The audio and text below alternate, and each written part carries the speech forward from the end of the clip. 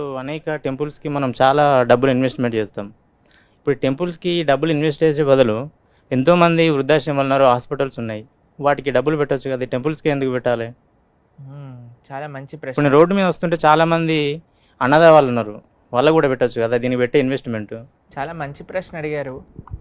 మీరెప్పుడైనా ఇదే ప్రశ్న ఎవరైనా మాల్ కడుతున్నప్పుడు వాళ్ళకెళ్ళి చెప్పారా? ఎందుకింత మాల్ కడుతున్నారండి? మీరు ఒక 3,000,00,00,000, 4,000,00,00,000 మీ బిజినెస్‌లో ఇన్వెస్ట్ చేయటం కంటే చక్కగా అందరికి పేదలకు పంచేయొచ్చు కదా! అని మీరెప్పుడైనా అన్నారా?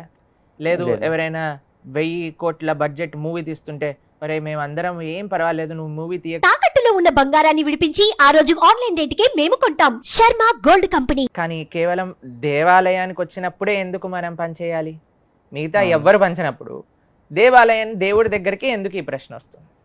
ఇప్పుడు హాస్పిటల్కి వెళ్తే మన రోగాలు, శరీరానికి ఉన్న రోగాలన్నీ హాస్పిటల్ తీసేస్తుంది, అవునా? అవును. తీయచ్చు, తీయకపోవచ్చు, కానీ జేబు అయితే ఖాళీ అయిపోతుంది. అవును.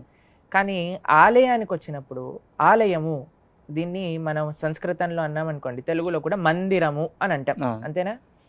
హాస్పిటల్ ఎలా అయితే మన శరీరానికి చికిత్స చేస్తుందో, మందిరం మన మనసుకి చికిత్స చేస్తుంది. ఓకే. మీరు ఎప్పుడైనా మీ జీవితంలో ఏదైనా బాధల్లో ఉన్నా, లేదా ఏదైనా కష్టాల్లో ఉన్నా, ఏదైనా మనసు కొద్దిగా ఏమంటాం డిప్రెషన్లో ఉన్నట్టుగా లోగా ఫీల్ అవుతున్నప్పుడు మీరు ఎప్పుడైనా గుడికి వెళ్ళి దేవుడికి దండం పెట్టుకుంటే మీకు మంచిగా అనిపించింది అనే అనుభవం మీకు ఎప్పుడైనా ఉన్నదా? ఉందండి. ఉందా? మీకుందా పర్సనల్గా? అవును.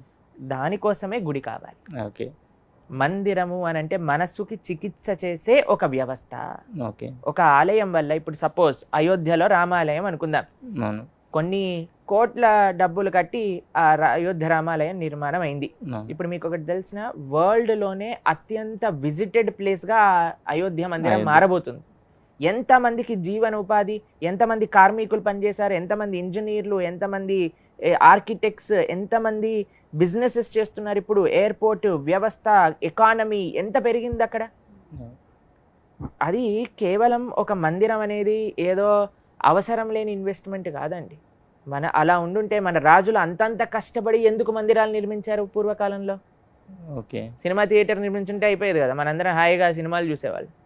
సినిమాకి వెళ్ళి చూసి బయటకు వచ్చాక ఏ మోటివేషన్ రాదు, మనకి డిప్రెషన్ వస్తుంది, అనవసరంగా డబ్బులు తగిలేసాం ఈ సినిమాకి అని.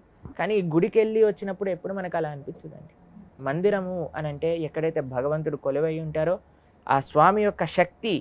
ఒక టెంపుల్, ఇప్పుడు తిరుపతి వెళ్ళారు గీతాంజలి గారు, దర్శనం చేసుకొని వచ్చారు, వెంకటేశ్వర స్వామి హుండీలో డబ్బులు ఇస్తున్నారు. ఎన్ని అద్భుతమైన కార్యక్రమాలు వాటితో చేస్తున్నారు, ఎన్ని లక్షల మందికి అన్నదానం చేస్తున్నారు, ఎన్ని లక్షల మందికి వైద్యం అందిస్తున్నారు, ఎన్ని ఇన్స్టిట్యూషన్స్ నడుస్తున్నాయి, ఎంతమంది ఎంప్లాయీస్ పనిచేస్తున్నారు టీటీడీలో, అవునా కాదా చెప్పండి?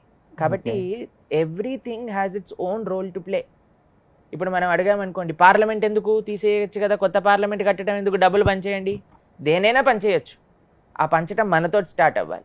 ఇప్పటి నుంచి ఏం చేయాలి అంటే, ఇలా ప్రశ్న అడిగే వాళ్ళందరూ వాళ్ళ జన్మదినోత్సవాలని, యానివర్సరీలని అవి ఇవి చేసుకోవటం ఆపేసి ఫస్ట్ ఆ డబ్బుల్ని పంచండి, దాని తర్వాత భగవంతుడి దగ్గరికి వద్దురు. కానీ మా స్వామి ఏమన్నాడుగా పాపం, ఇలానే నవ్వుతూ ఉంటాడు కాబట్టి అందరు దేవుడిని టార్గెట్ చేయడానికి ప్రయత్నం చేస్తారు. అదే పక్కన వాడికి వెళ్ళి, రే నువ్వు ఇంత పెద్ద బర్త్డే పార్టీ ఎందుకు చేస్తున్నావు, అవసరం లేదు, నీ డాటర్ ఫస్ట్ బర్త్డే చేయటం అని అన్నారనుకోండి, లాగా ఒక్కటి పీకుతాడు. కాబట్టి మనం జాగ్రత్తగా ఉంటాం అక్కడ. కాబట్టి మందిరము అనేది చాలా ముఖ్యమైన ప్రదేశం. మన సనాతన ధర్మానికి కేంద్రం మందిరాలు అన్నమాట. వాటిని చక్కగా మనం నిర్మింపజేయాలి. మందిరం ఏదో భగవంతుడు పూజలు చేసే ఒక ప్లేస్ కాదండి. అది వ్యక్తులు వెళ్ళినప్పుడు ట్రాన్స్ఫర్మేషన్ని కలిగించే ప్లేస్, మార్పుని, మనస్సు యొక్క మార్పు. దాంతోపాటు మీరు చూసారనుకోండి, మందిరంలో సర్వీస్, ఎంగేజ్మెంట్ ఎన్నో ఉంటాయి. కాబట్టి మందిరము అనేది మన సనాతన ధర్మానికి కేంద్ర బిందువు. ఓకేనా? ఓకే. సంతోషం. Thank you. చాలా మందిరాలను మనం ఇప్పుడు చూస్తున్నామండి, బాగా డెవలప్ అయినవి. అయితే దీనికి రిలేట్ చేస్తూ చాలామంది ఇంకొక క్వశ్చన్ కూడా అడుగుతుంటారు, అంత పెద్దగా ఆర్భాటంగా ఆలయం కట్టాల్సిన అవసరం ఉంది, ఆలయం కట్టండి కానీ సింపుల్గా కూడా కడితే సరిపోతుంది కదా, ఇంత ఆర్భాటం, అంత హంగు ఆర్భాటాలు ఎందుకు అని అనే వాళ్ళకి మీ సమాధానం? ప్రభుపాదుల వారు అనేవారు, నేను ఒక చిన్న కుటీరంలో కూర్చొని కూడా భజన చేసుకోవచ్చు, కానీ ఒక పెద్ద మందిరం, ఇప్పుడు చూడండి, we want to always expand. ఇప్పుడు సుమన్ టీవీ ఒక్కొక్క చిన్న చిన్న ఊర్లలో కూడా మీరు చేశారు. ఎందుకండి జస్ట్ హైదరాబాద్ లో, ఇక్కడ బంజారా హిల్స్, జూబ్లీ హిల్స్ లో ఉండే ఒక చిన్న ఆఫీస్ లో మేము చేసుకుంటాము, ఎందుకు మనం ఎక్స్పాండ్ చేస్తున్నాం? ఎంత ఎక్స్పాండ్ చేస్తే అంత మంది కనెక్ట్ అవుతారు కాబట్టి. ఆలయం ఎంత వైభవంగా ఉంటే అంతమంది వస్తారు, అంతమందికి ఒక ఉపాధి దొరుకుతుంది. ఇప్పుడు వై నాట్ ఓన్లీ భగవంతుడికే చిన్నది ఇచ్చి మనం ఎందుకు విల్లా కొనుక్కోవాలని చూస్తున్నాం? రాముడేమో చిన్న ఆలయంలో ఉండాలి, మనం మాత్రం 5 bedroom 6 bedroom 8 bedroom 1 floor houses start అయిపోయాయి ఇప్పుడు. అది మనకు కావాలి. మరి మనం లగ్జరీని సాక్రిఫైస్ చేసుకోలేకపోతున్నా, కానీ రాముడికి మాత్రం చెప్తున్నావు, అయ్యా నువ్వు ఆల్రెడీ 500 సంవత్సరాలు టెంట్లో ఉండు, ఇంకా నువ్వు అలానే కంటిన్యూ అయిపో, మేము మాత్రం హ్యాపీగా మేము 3 bedroom 6 bedroom ఫ్లాట్ కొనుక్కొని ఉంటాము. దట్ ఈస్ నాట్ ఫేర్ కదా. కాబట్టి మనకి బెస్ట్ భగవంతుడికి ఇవ్వాలి. యథా తరోర్ మూల నిచేచనేన తృప్యంతి తత్స్కంద భుజోపశాఖ అని భాగవతం చెప్తుంది. ఇప్పుడు చూడండి, ఒక చెట్టు పెరగాలి అంటే మొదట్లోకి నీళ్లు పోయాలి. పోసారనుకోండి చెట్టు ఆటోమేటిక్గా పెరుగుతుంది కదా, పూలు వస్తాయి, కాయలు వస్తాయి, పండ్లు వస్తాయి. భగవంతుడు ఈ జగత్తుకి మూలం. ఆ స్వామికి మాని మనం సేవ చేయగలిగితే, ఆ స్వామికి కానీ మనం మంచిగా ఫెసిలిటీ ఏర్పాటు చేయగలిగితే, జగత్తుకి మొత్తం కూడా మంచి ఫెసిలిటీ ఏర్పాటు.